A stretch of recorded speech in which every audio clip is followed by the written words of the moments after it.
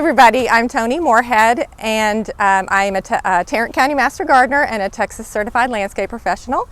And today we're going to show you some tips on pruning. We're going to go over shrubs, perennials, ornamental grasses, a tree branch or so. And anyway, first of all though, I would like to show you some of the tools that I like to use.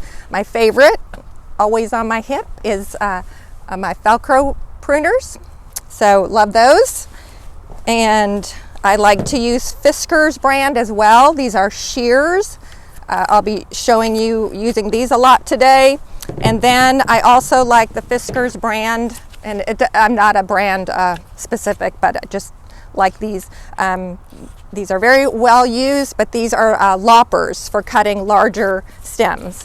So, and then I also have a little folding saw for pruning tree branches or larger, even larger shrubs if necessary. So those are probably all my favorites right there. So ready? Let's get going. Oh, also want to show this. So also I wanted to show you some sharpeners that I use. These are called Easy Lap, and they are diamond sharpeners. So I'll just show you a really quick little demonstration on how to do that. On your pruning blade, there's a beveled side and there's a flat side. So you just take the sharpener edge there and you go on that beveled edge. And when you use the diamond sharpeners, you can kind of go in any direction you want to go. You don't have to all just go one way, but just go like that at that same bevel. Like that, and then you come over onto the flat side and just kind of get off any burrs that are on there just to smooth that out, and that should give you a nice sharp edge. And you can do that on the shears as well. Same thing, beveled edge right there. Just go around any direction in that same slant. Then you come over to the flat side and just get off any of the burrs. Okay. Okay, the first shrub we're going to do is, this is a Yaupon holly, and I just want to instill some confidence in you that you can prune this shrub very severely if needed. Ideally, if they are spaced appropriately and 45 to 48 inches on center, so center of shrub to center of shrub. If you place your plants that way from the get-go, then your pruning is kept to a minimum. So anyway, I'll just get going on this. This is how I do it. I just come in here and kind of determine the height that I want. So I just come in and cut that off. And even if you're cutting a lot of leaves off, don't let that scare you. With hollies, they can be pruned severely. So just kind of get the height that you want. And then what I do is I start going down at that angle. I don't ever cut in at the bottom coming in, back in toward the shrub. I always want to maintain a domed shape. So now what I do is I start working my way around the shrub with that angle.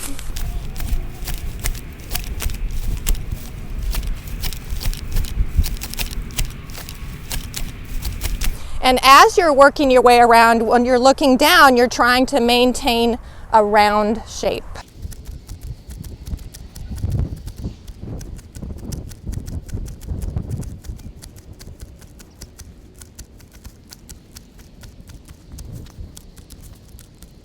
So if I'm confusing you by saying don't cut in at the bottom, I'm just going to trim off these little stragglers out here, but I'm not actually coming in and cutting in there. I hope that makes sense.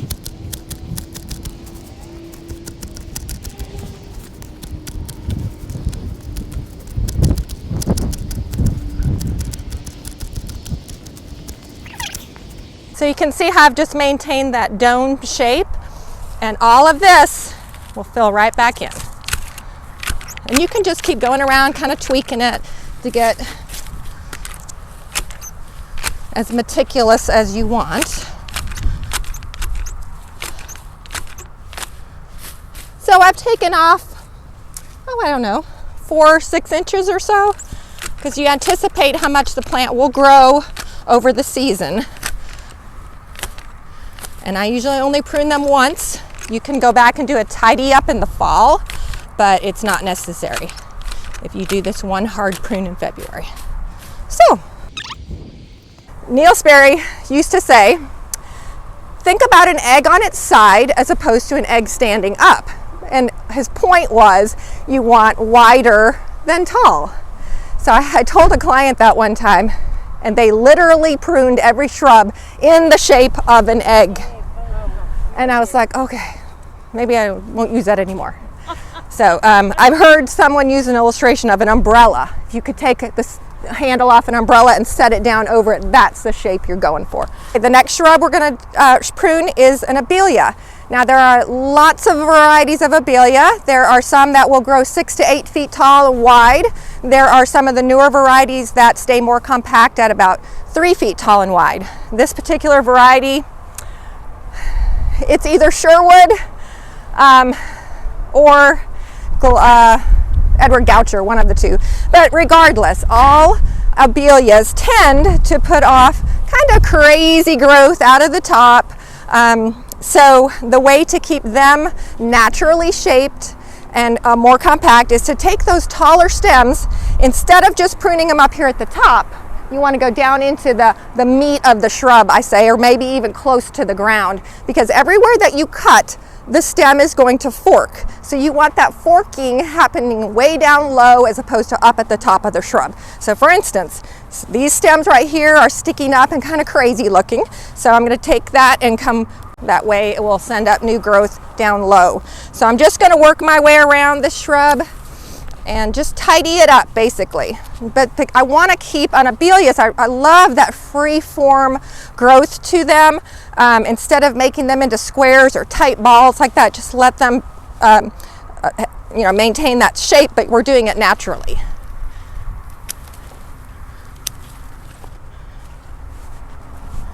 Again, this one's kind of sticking up. We're going to go down there like that.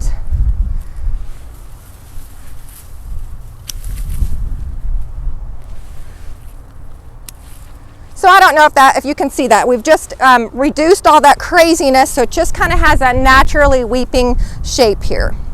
Okay. This is Anthony Water Spirea. Lots of different spireas, so it might be a little confusing, but this particular variety, it blooms about May, and this is how I prune it.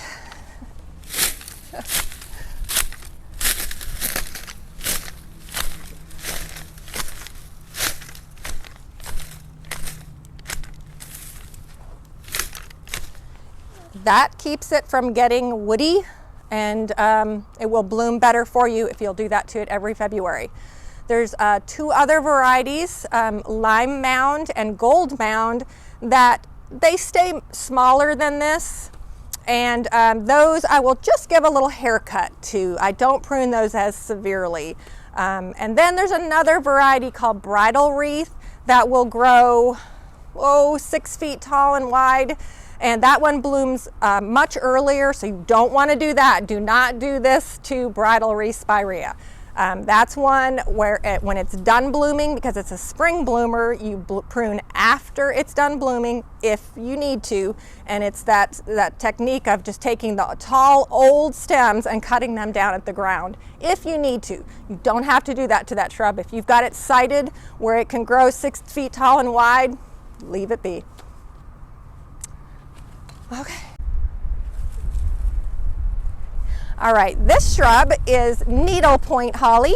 It's very similar to Burford holly, but what I want to impart to you on this is try to get away from hedging with mechanical pruners, because they can tear these large-leaved hollies, and I prefer to prune them by hand with loppers or hand pruners. So I just want to keep a natural shape to these, so let me see if I can show you how I do this. So you can kind of see this little section right here sticking up a little bit taller than the rest of it. So what I want to do is come in and find, it's very easy on this. See, I don't know if you can see right here how there's a little lateral branch coming out, And there's another little lateral branch coming out, and there's another one. You can prune above any one of those lateral points. So I'm going to come here and cut right above that lateral branch right there, and that will force new growth down low, and that way it will keep this section more compact. Right here, I'm going to come here. See these leaves? These are all points of lateral growth as well. You can cut right above a leaf. So, I mean, I'm cutting quite a bit off, but that will all fill out down there. Here we go again. I'm just going to cut above a lateral branch that comes out. So I don't like to take shears and just shear the top off, because that's the point of growth. So I like to come in and cut down in.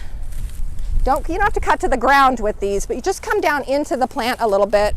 When you're trying to reduce the overall size, just come in and cut above any lateral branch or leaf, and then you will force growth out. And you can prune these quite severely.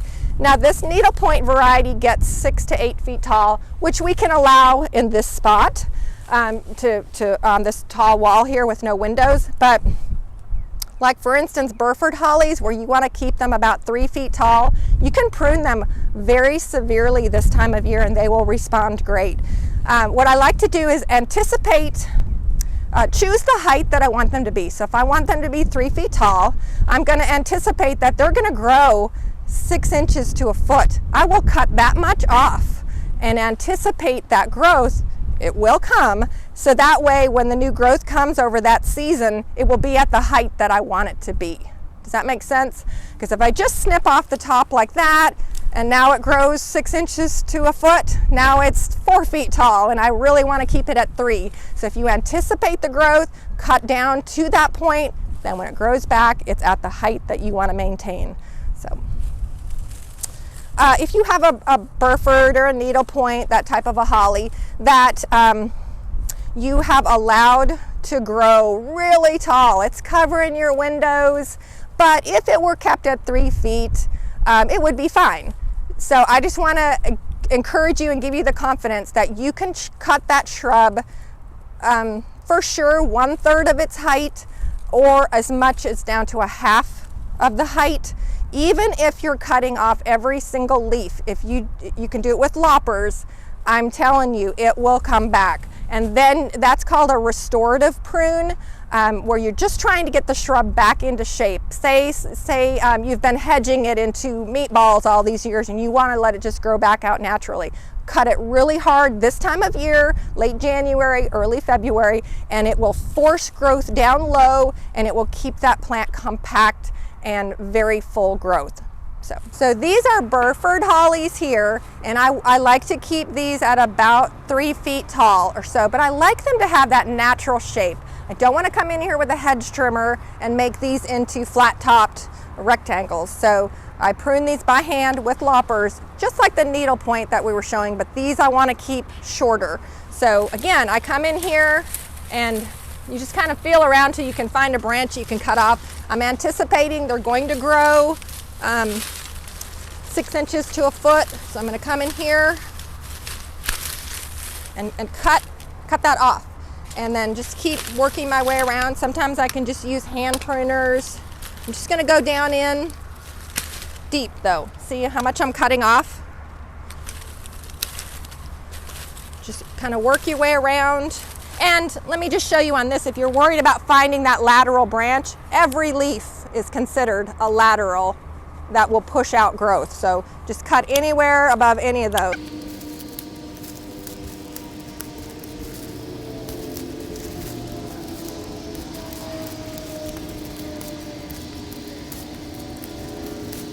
You can see how this is sticking so far into there. I'm going to cut all that back.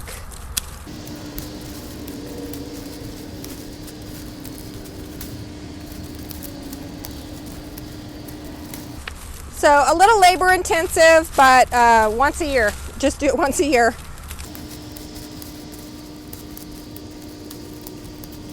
Because if you use hedge trimmers and you're only trimming off these top couple inches, that's the only place you're going to get growth, and then it will stop growing down into the interior of the plant. So you have a bunch of bare, and you end with a bunch of bare stems and just growth at the top few inches.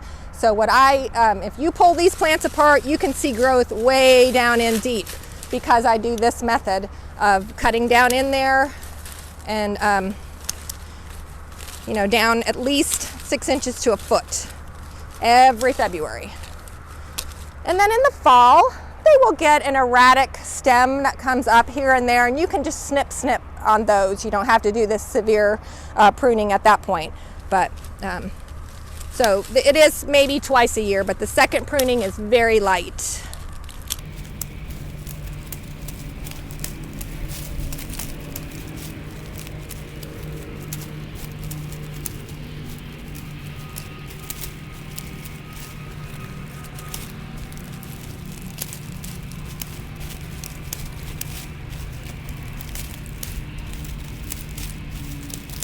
Again, so you can kind of see the difference between this height and down here, anticipating they will grow up to here, and that height is great. If you have, again, allowed these to grow up to here and now they're covering windows, or if they've been hedged in squares for years, you can come in with loppers and cut them down. Just pick the height a little bit below where you want them to be ultimately, take loppers and just chop them all off, and they will come right back out. When I show the video, I show a before and after of where I've had to do that restorative type of pruning, and it's quite severe, but you don't do that every year. So I think that kind of shows just the difference in the height here as opposed to what I just pruned. Shape them, and actually I do that. I have Rose Creek, and I do that with mine. I actually shape them in a dome shape, just like the Yopons, the first cut of the year, and then I leave them alone. These here are brand new from last fall, so I'm going to let them grow a little bit. Yeah.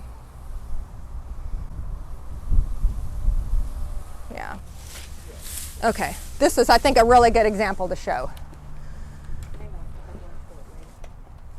Okay, now I'm going to talk about pruning Nandinas, and all Nandinas are pruned the same way, whether it's the tall Nandina domestica or this is a variety called Firepower, which looks very similar to Nana, and they're all pruned the same. We never want to hedge a Nandina. We take the tallest cane, they're called, and prune that down to the ground. So can you see that this one little stem right here is taller than the rest of the plant? So what I'm going to do to even up this plant, instead of just snipping it off up here, what we do is take the tallest cane, follow it down to the ground as close as you can get. You just manhandle the shrub and get it down in there. But you can see all the way down there. I'm going to take this tall stem and I'm going to cut it off all the way down there. And this one here is a little, there we go, we got that. So now that you can see the shrub shape has evened up, we don't have that one tall one right there, but what it does is at the point of that cut is where the new growth is going to come. So the new growth comes down low, it keeps the shrub compact and full. And all Nandinas, Gulfstream, Lemon Lime, Obsession, Compacta, they're all Nandina, the Domestica, the big tall variety, all pruned the same way.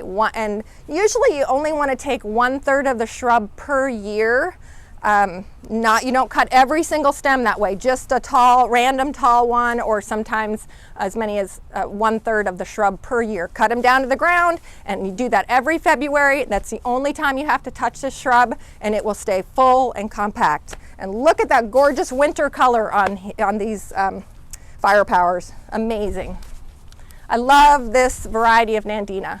It doesn't berry, it stays very small.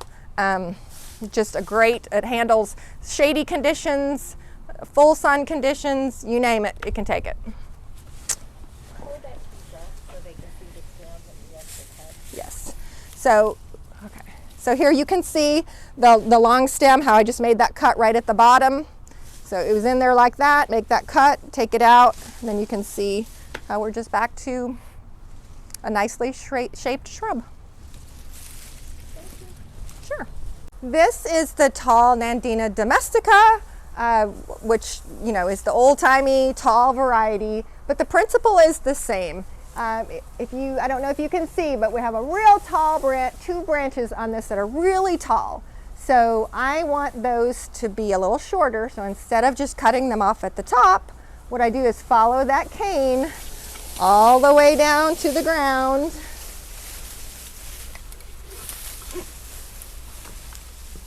Kind of feel your way down there. Figure out which one it is. Let me see here. There we go.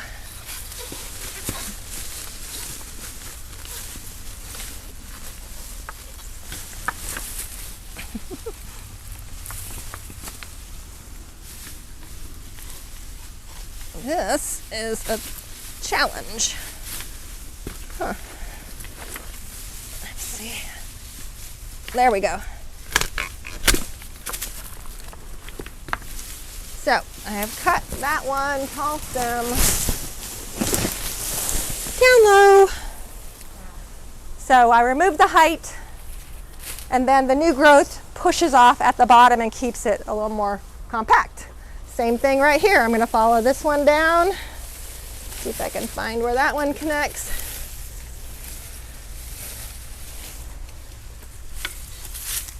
And on these tall ones, I don't worry about getting quite so close to the ground. As long as I get way down closer to the ground, even if it's a foot up, that's fine.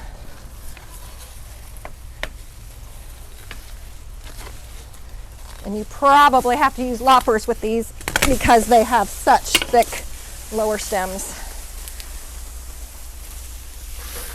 So all that will bush out back here then and be great. Okay, this is again another Nandina called Gulf Stream. Again, the same principle. I just wanted to illustrate on all the different types. So again, see how this stem just stands up a little bit taller than everything else. Follow that down. Just kind of work your way down to find down at the base of the plant, right down there. See if you can see that. And then you will cut it off fairly close to the bottom. Again, this one here is sticking up a little tall. I'm going to come in there and cut that. And yes, the plant does look a little disfigured when you first cut it, but by the time the new growth comes, it will look beautiful, and it will keep it fuller and compact that way, as opposed to just snipping it off at the top. It doesn't put any growth down at the bottom, it just puts another little tuft at the top. And when you start doing that to all the stems, then you end up with a bunch of bare stems with little tufts at the top. So this keeps it looking good. So now I'm going to show you how to cut off a low tree branch. I want to show you the 3-step method. The first step is to come out at least 6 inches to a foot from the trunk and make an undercut. So you come in here and just undercut partially. You don't come all the way through. Then you come out a few inches beyond that undercut and you just cut the whole thing off.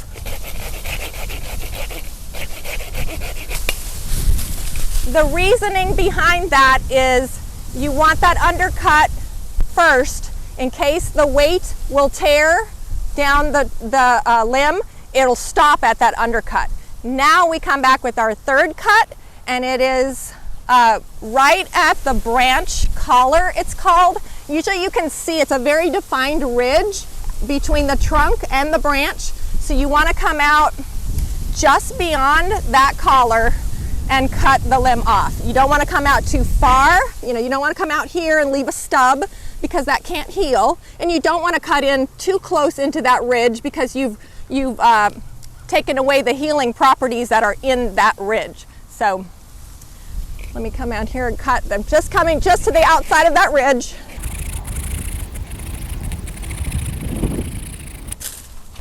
So now you have a nice clean cut. That bark ridge can now heal, or it's actually compartmentalizing this wound, and it will come and cover that cut. Obviously, if you have a chainsaw, it goes much quicker. I would just caution you, if you have large limbs that are up high in a tree, call the professionals, call an arborist in to do that, and don't take chances. If you have to climb on a ladder to prune, you probably should call in some professionals. This is just low growing branches in this parking lot here, so we want to lift them up so that cars are not hitting the branches. Right now we are standing next to a vitex or chase tree.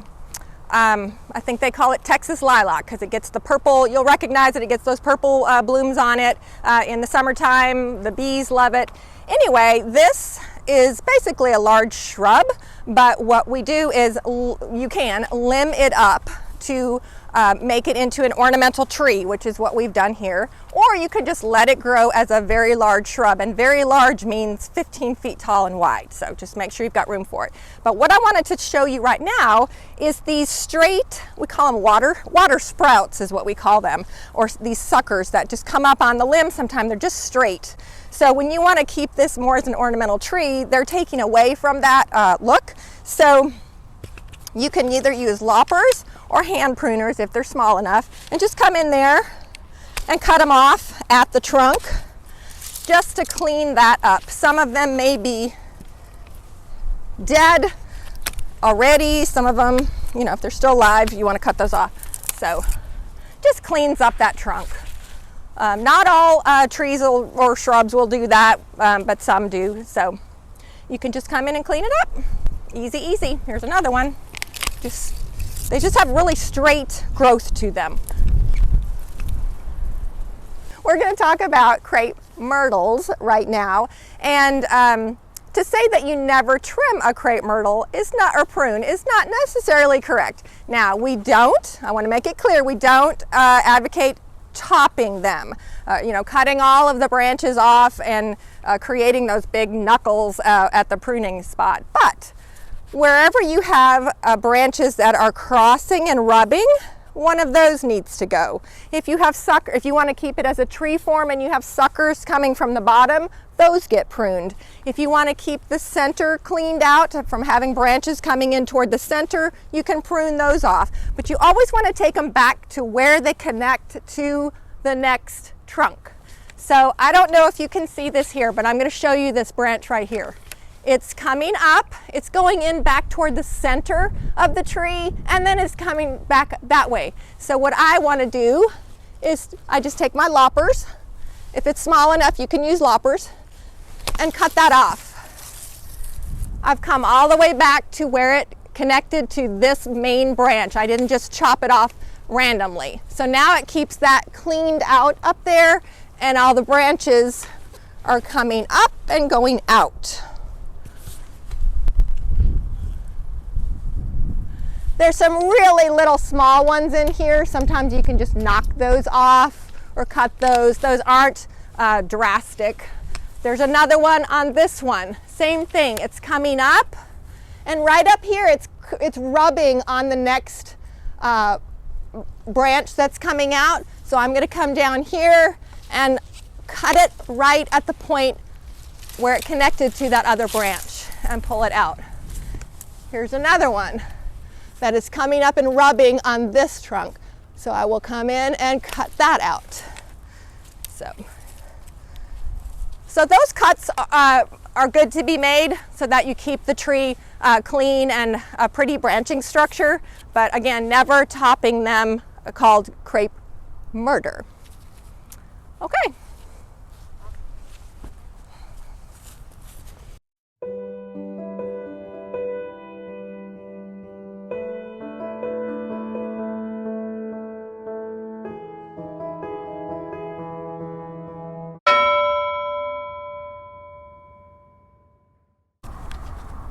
All right, so now I'm going to show you how to prune an ornamental grass. One tip that I use is a bungee cord, because what you'll do is you can also just use a string, and if you will tie the ornamental grass up, then when you cut it off at the bottom, it's all bound up already. If you don't do that and it's a windy day like we have today, you will have grass clippings all over the place. So this just makes it a little tidier.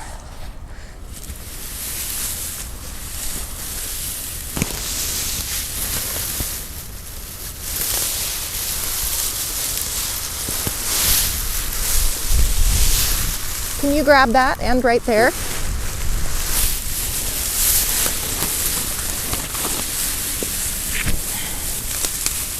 And can you see that end? And I will try one more up atop. Let's do one more.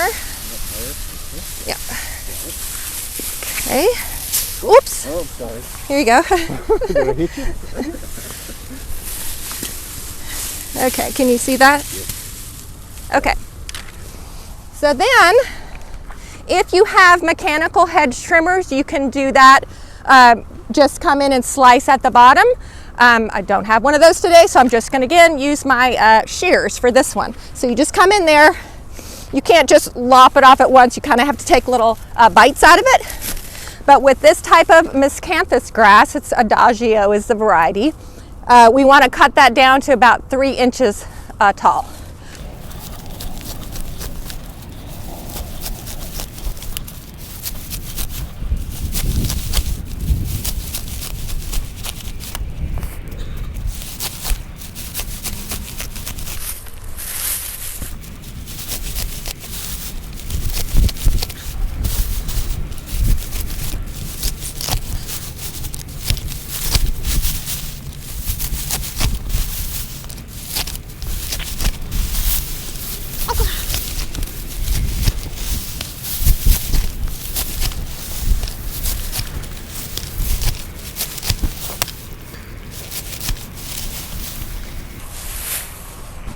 Okay, then you can come in and just kind of clean it up.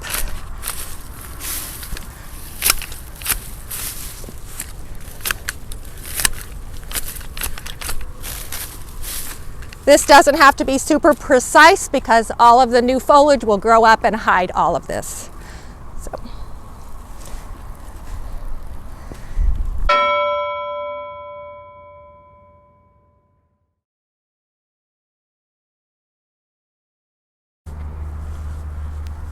All right, the next plant we're going to tackle is Salvia gregii. This is a shrubby perennial, but the key to keeping this plant compact and bushy and blooming well is to trim it extremely hard in February.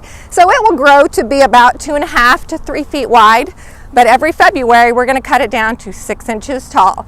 So you can use these shears. You can use mechanical hedge trimmers because it doesn't need to be pretty. You can just chop it off. If any of the stems are too big to cut for the shears to cut through, you can use loppers or hand pruners. So all I do is come in here and chop it off.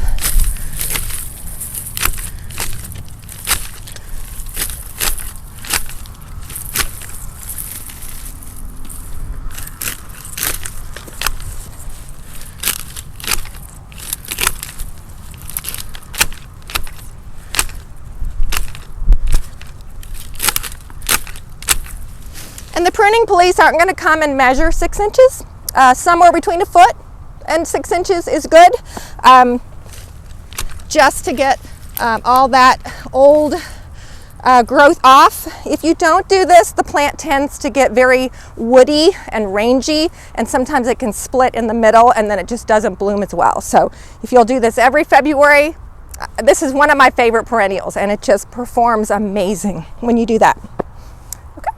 So we're going to do the next one, same way.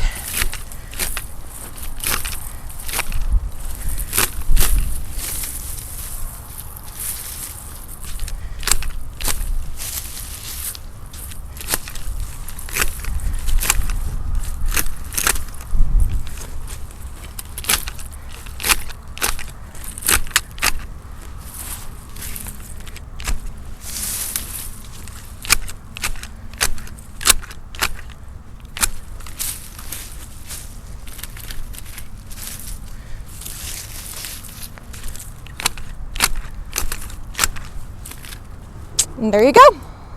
Awesome. So now we're going to talk about perennials, and the first one I'm going to show you is, this is Katie's Ruellia, or dwarf Mexican petunia. I have one interesting way to prune it. When it's really dry and crispy in the wintertime, you can just step on it a lot of times and it'll snap right off like that. but we haven't had a super hard freeze, so it's kind of still halfway growing. So then you can just come in and you cut that down at the ground, right down to the ground, every stem.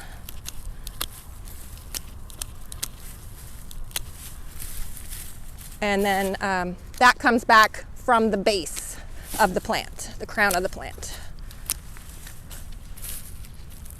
And you can weed while you're pruning. Sometimes they just snap off when you're pulling on them. So that's it. Just clean all that up, get off that old debris.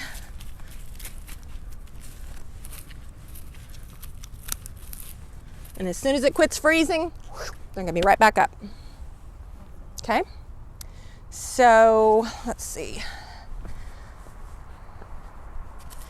The next plant I want to show you is May night salvia, Salvia nemorosa, Salvia superba, a couple botanical names. There are other varieties in this line like Snow Hill, Blue Hill, East Friesland, May night, April night, so any of those in that category. So you can see how we have all these spent frozen blooms up at the top. So you just take your hand pruners and come down to the base of the plant, right at the crown of the plant. A lot of times you'll see new growth coming already down at that base. So you just go down there and cut them all off right down at the ground.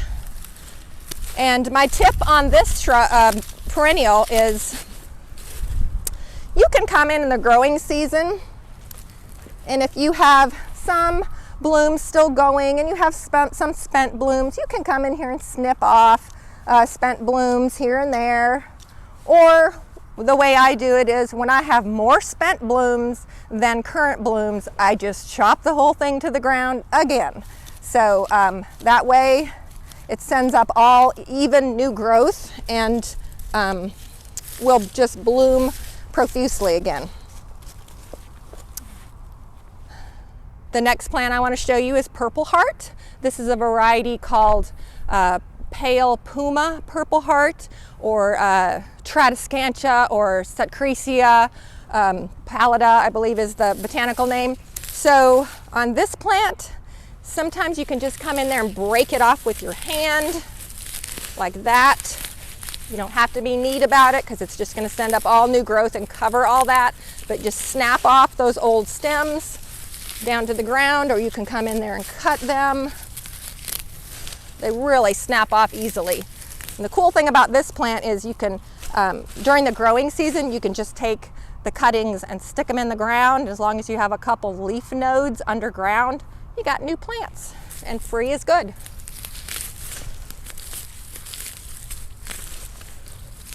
Again, this one usually, when we have a hard freeze, it will freeze all of the stems, and there's no mistaking what you need to remove. But since we haven't had a sustained freeze this winter, there's still some green growth on it, but I still would cut it down to the ground every February to get it ready for all new spring growth. So just rake through the old stems there, get all the debris off, pull a weed or two. So there you go with that. And you can see how hard, this is that May night, you can see how hard I cut that all the way down to the ground. So, but that will send up all new growth as soon as it's done freezing. The next plant I want to show you is catmint, or nepeta. This is a variety here is Walker's Low, and it will grow, as you can see, about 4 feet wide. It only grows about 2 feet tall, but very wide. This is a plant I like to use instead of lavender because it gives you that same look. But anyway, so you come in here, and even though it's grown 4 feet wide, you're going to cut it back down to 6 inches, or really kind of to the ground. Just cut back down to, you'll see a rosette of growth at the base. So hopefully when I cut this back, you'll be able to see that. So I'm just going to come in here and start cutting. Yes, I can see that new growth down at the bottom.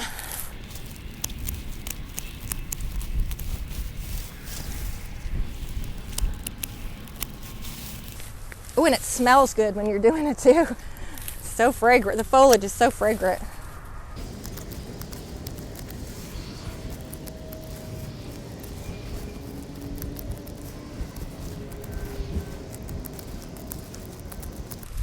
try to keep your fingers out of the way when you're snipping. Not that I would know anything about that. So, I don't know, can you see right here at the base how we have that new fresh growth coming out right there? See that? And down here at the base of the plant, all new fresh growth that will start growing as soon as we're done with freezes. And again, we'll fill back out to that 4-foot lavender blooming shrub. Perennial. So there you go on that one. The next one we're going to tackle is, this is Palace Castle Artemisia. Excellent, excellent, fragrant foliage plant. But it grows very large, 4 to 5 feet wide. This is that Palace Castle Artemisia. You can see how wide and sprawling this is, but we are going to cut this back down, way down at the base of the plant as well. And you may need your loppers to do that because some of the stems on this are very large. So you're thinking, where do I start? Just start chopping away and you will get to where you need to. So just come in here and start cutting those big stems away.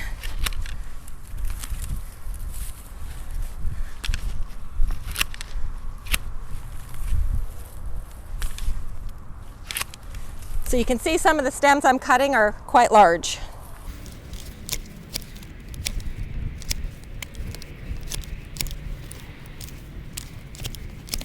They do cut very easily though because they're a softer wood.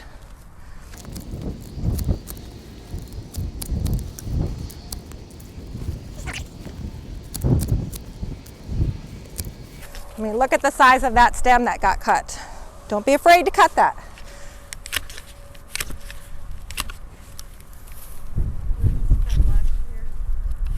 Yes. They do this every year.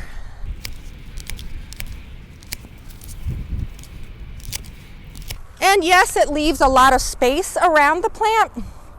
But what I do then, in fact, hopefully you can see this, is I like to plant daffodil bulbs underneath these plants because when they're cut back in February, then there's room for the daffodils to come up and do their show. And then when they're starting to fade away, then the perennials will be growing up and covering them up. So you kind of get that great tag team effect.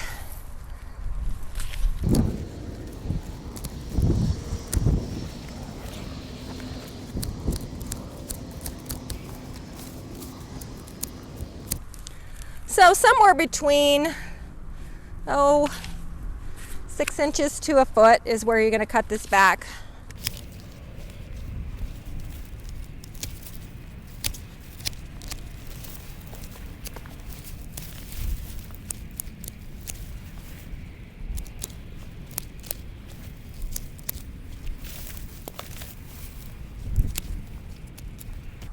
And then again, that will just, all those fresh cuts will start pushing new growth from the base of the plant. And again, it will be 4 or 5 feet wide.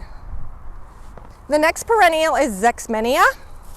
Love this plant. It is so drought tolerant, so heat loving. Where it's placed right now is southwest exposure and it just blooms its head off all summer. But it does go completely dormant back down to the crown. So all of the old growth gets cut off. I don't mind leaving this through the winter in case there's birds that want to come and forage off the seed heads of this. But you just come in here. You can use shears or you can use hand pruners.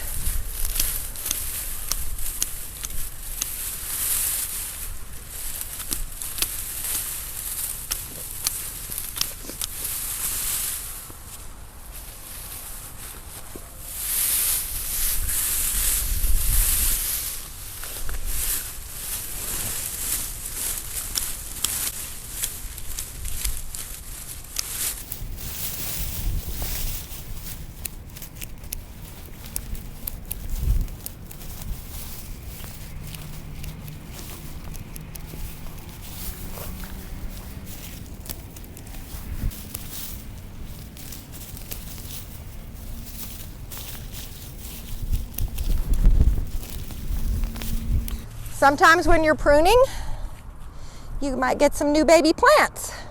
So you can pull those out and plant them somewhere else. Cut them back, plant them, and see if you can get a new free plant.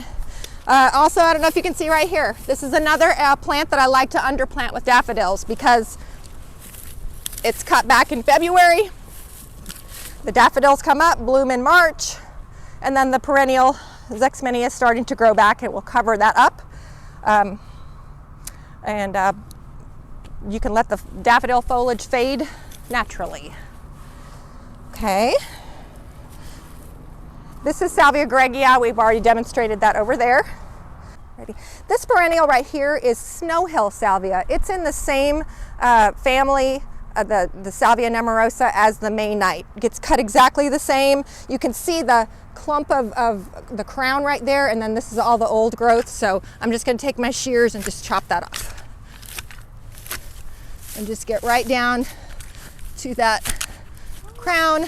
And again, there's I think 3 or 4 of them in here. I'll cut all those down, get all that debris out of there, and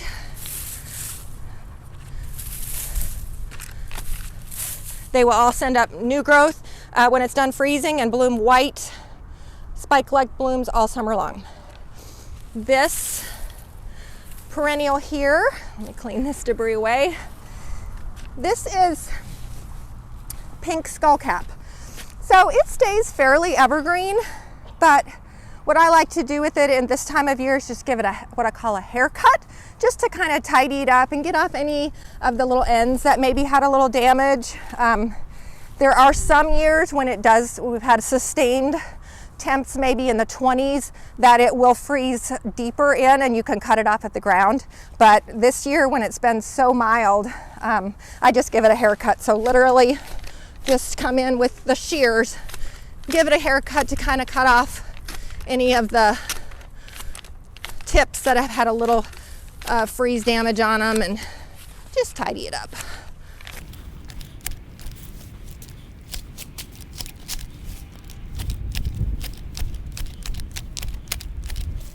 You can see some of the pink blooms on it right here. It will bloom profusely pink all summer long.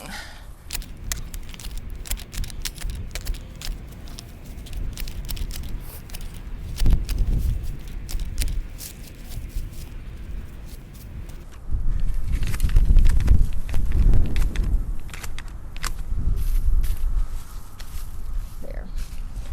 Just a little tidy up. Okay, next I want to show you lamb's ear. This is a variety called Helen von Stein. It does not bloom. It's also called big ear lamb's ear.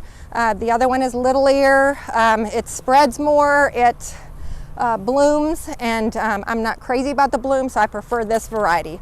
It just stays tidier. So, but that's not very tidy. So what we do in the springtime is you come in here and you can just take it with your hand and pull away any of the brown crispy growth, and it smells really good too. But you can see down at the base of the plant, you see all that new fresh growth coming. So you just want to come in, if there's any thicker old stems that you want to cut off, you can do that, like here, if I can get in there. So you can just get that old woody stem off of there. You can actually plant that. These will root and give you some free plants. But don't be afraid to cut this back hard. Just go in there and clean it out and get down to that nice, clean, fresh growth that's coming.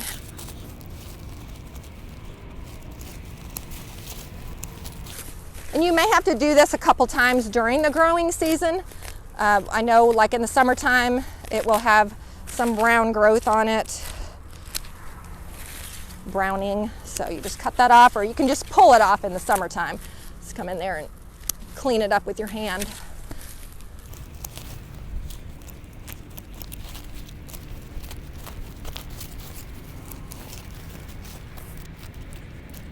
So it doesn't look overly lovely right this minute, but I know that all of this growth at the bottom will be growing and flushing out as soon as the growing season is upon us, and it will look awesome after that. So there. Ready? Okay, the next perennial I'm going to show you, it's called four-nerve daisy. Hymenopsis, I think is the botanical name. So this one here, you can see how this one over here, I hope you can see, is mostly in bloom. This one here is mostly spent blooms. So what I do is when I have more spent blooms than blooming, even though there's still a little bit of color on it, I just give the whole thing a haircut. So this one is evergreen. The foliage will stay evergreen on it, so I just take these little hairy like stems and cut them down to the foliage of the plant. And then what I like to do is take these stems like this and just tap them on the ground or go like that and scatter those seeds, because a lot of times they will reseed, and free is good. So yeah, I just come in and cut those off, tidy it up. So you can see a few little blooms coming right down in here. There's a little one starting, and there's one, but that will have a bigger flush of growth. This is an amazing little perennial. I mean, it's January and it's blooming. So it will bloom almost 12 months out of the year, especially on a mild winter. I'm going to show you a couple varieties of sedum. This particular variety is called, and there will be a test, Sedum kampschaticum. So this still looks fairly good, but again, it's got some spent blooms, it's got some damage, so it just gets cut down to the ground. Usually our freezes are enough to knock the whole plant back down, and there's no mistaking what you need to cut. So I just cut back to the crown of the plant, and it will send up all new growth again.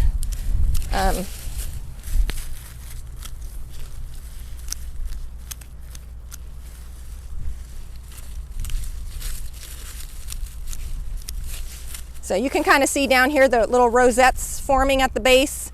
That will come back and form the new plant, and it will just be nice and clean and tidy. But the cool thing about this plant, again, take any of these stems, stick them in the ground, and as long as you got a little leaf node underground, you got free plants. And then this particular variety is called Sedum reflexum. Maybe blue spruce sedum or something like that. This one here is evergreen. There's really nothing you need to do with this plant. It does send up a little yellow bloom on it. As a matter of fact, give me 1 second and I will show you what the bloom looks like.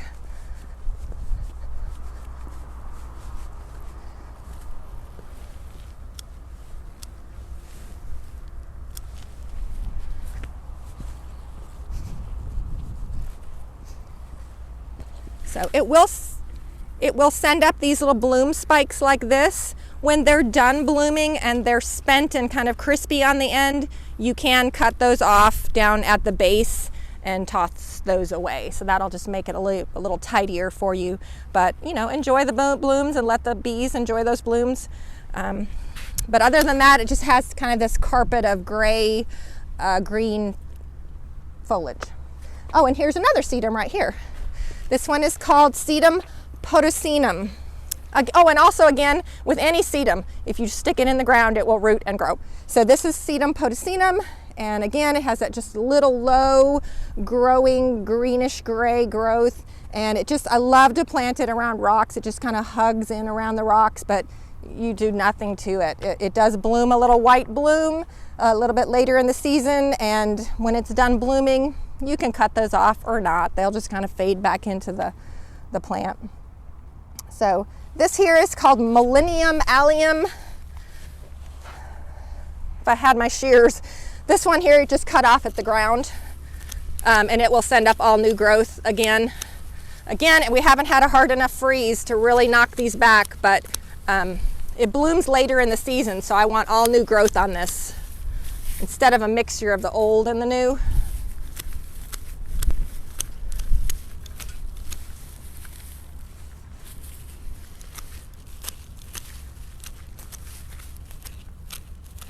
You will have the same look as this with garlic chives. Garlic chives bloom here in the fall, like September timeframe. And same thing, even if they have any green on them right now, just cut them down in the ground and get all new fresh growth.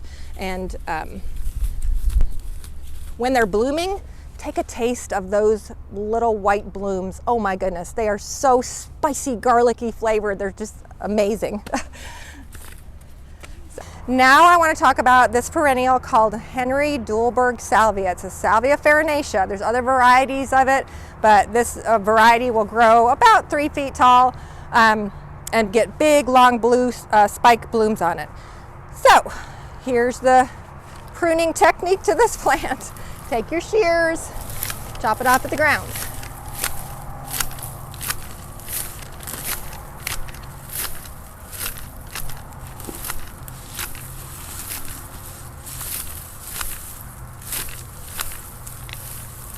So I don't know if you can see it, but there's new growth coming right here at the bottom.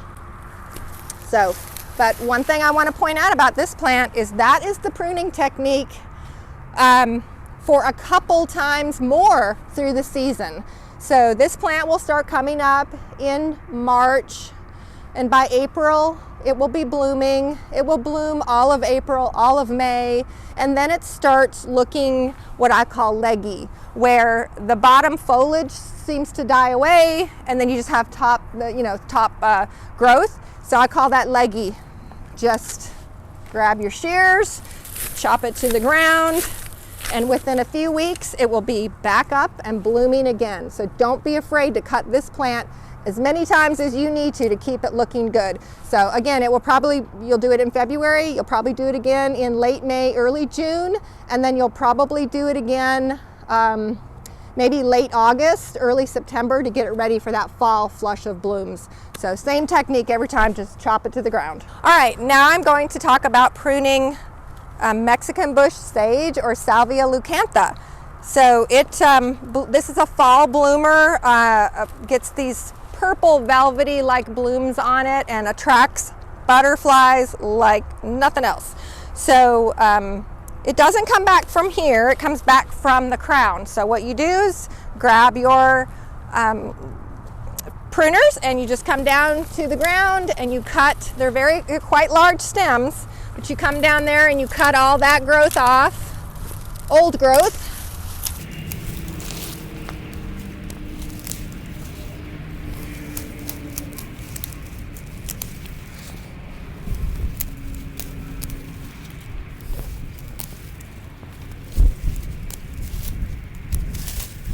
One thing I wanted to point out, when you're pruning, sometimes you're going to see wasps that have formed nests within your plant. So just approach them carefully. Make sure you don't have any live wasps on it while you're pruning. This time of year that you shouldn't have live ones, but they love to nestle down in the Salvia gregii, and they'll get you.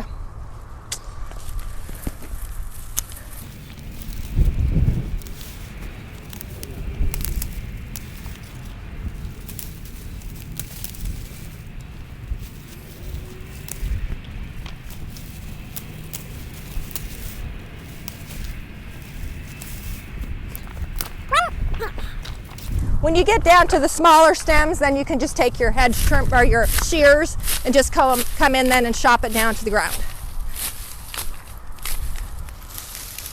And clear all that away.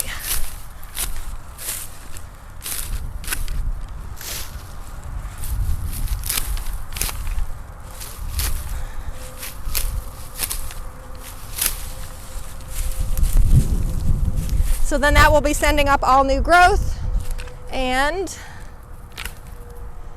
that's a dried up one, but you'll get those beautiful velvety purple blooms in the fall. Okay, now I want to show you a holly fern. Holly ferns are evergreen, but they do sustain some freeze damage here and there. Some winters more than others. So on these mild winters where we haven't had a lot of damage, what I do is I'll just come here and see how we have this brown stem right here. I will come down there and cut that off at the base of the plant and remove that. So I just kind of work my way around and pull back and cut any of those old damaged stems. The one thing that you do need to be careful for, if you do this a little bit too late, February is a great time to do it. If you do it a little bit too late, like into March, what you need to watch for at the base of the plant are the little fiddleheads coming up, because you've got to be careful that you don't cut those. Now, some years, if we've had, again, that sustained cold in the 20s for days, and we get that once in a while, you will have more look like this than you will this. And all I do with that is I take my shears, I come in, I just chop the whole thing to the ground, and then it will send up new growth.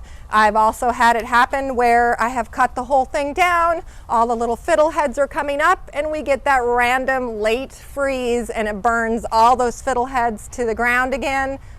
Fear not, the plant will come back. If they're tough, they will come back. On these mild winters, it's a little tedious, so I just come in and snip and tidy it up, and it's already got some new growth coming right here, so that's kind of fun. Now on wood ferns that are deciduous, they will turn brown with their first freeze, and you just cut those to the ground to get those cleaned up. Now I'm going to show liriope. This is variegated liriope, and it doesn't have a lot of damage on it, but you can see, for instance, on this stem right here, it's kind of got some tip burn on it, and that could be either from last summer, if it got a little too dry, or maybe with the freeze. And here's a little damage on that one right there, if you can see that. So the way to handle all liriope is, you can do it with your hand shears, pruners, or shears. And what I do is to come in here, well, that's not gonna work. I'll do this. Just come in here and cut it to the ground.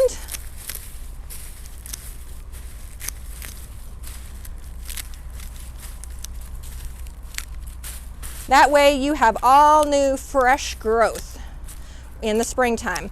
And the key to this plant is make sure you get it pruned before the new growth comes, because if you wait and accidentally cut that, what happens is, pretend this is a little new growth that's coming, you accidentally cut that off. This is what the edge of your liriope is going to look like all year. It's all going to be flat topped. So you want that pointed end. So earlier is better. It doesn't matter whether it's the green ground cover type or this variegated type, cut them to the ground, and that gets rid of any spent blooms, any tattered edges, and it's nice, new, fresh, clean growth. So if you have the green ground cover type, you can actually take a weed eater to it and just buzz it all down to the ground. Doesn't have to be pretty or even uniform, just it will all grow back up and cover any of that tattered cutting and be great. And it's just once a year. Is tropical giant spider lily, Hymenocallis spider lily. It's different from Lycoris spider lily, but anyway, it's kind of like a crinum, only better. So you can see this has sustained a lot of freeze damage. So what we're going to do is cut this down to the ground. And these work great for doing that because these stems down at the ground are going to be full of a lot of moisture, kind of like a canna. They're going to be very mushy down at the bottom. So just go in and cut them down.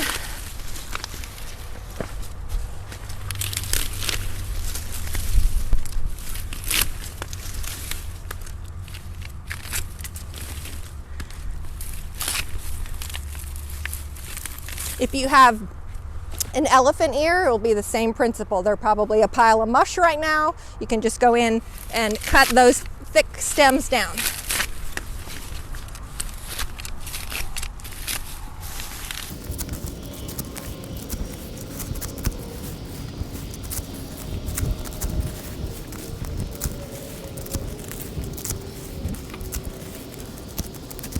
And I'm not sure if I've mentioned this before, but they say that working in your yard will burn about 300 calories an hour.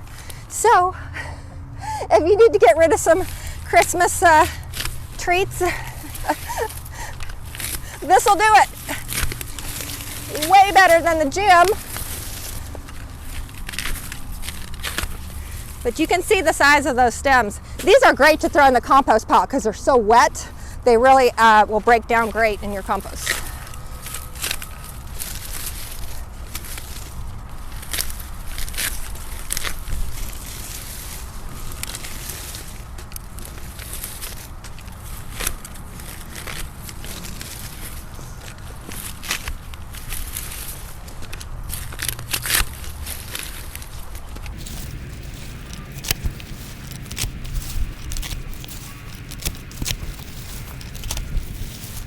Just keep working your way through the clump.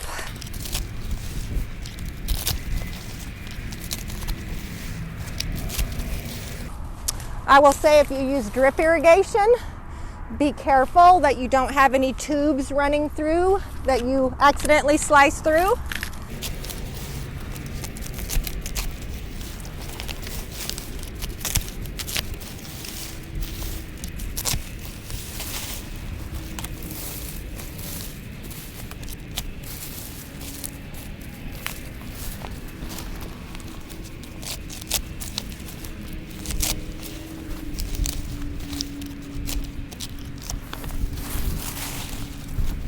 Clean all your debris away, and then it will stand up all new growth when it's done freezing and the time is right. There you go.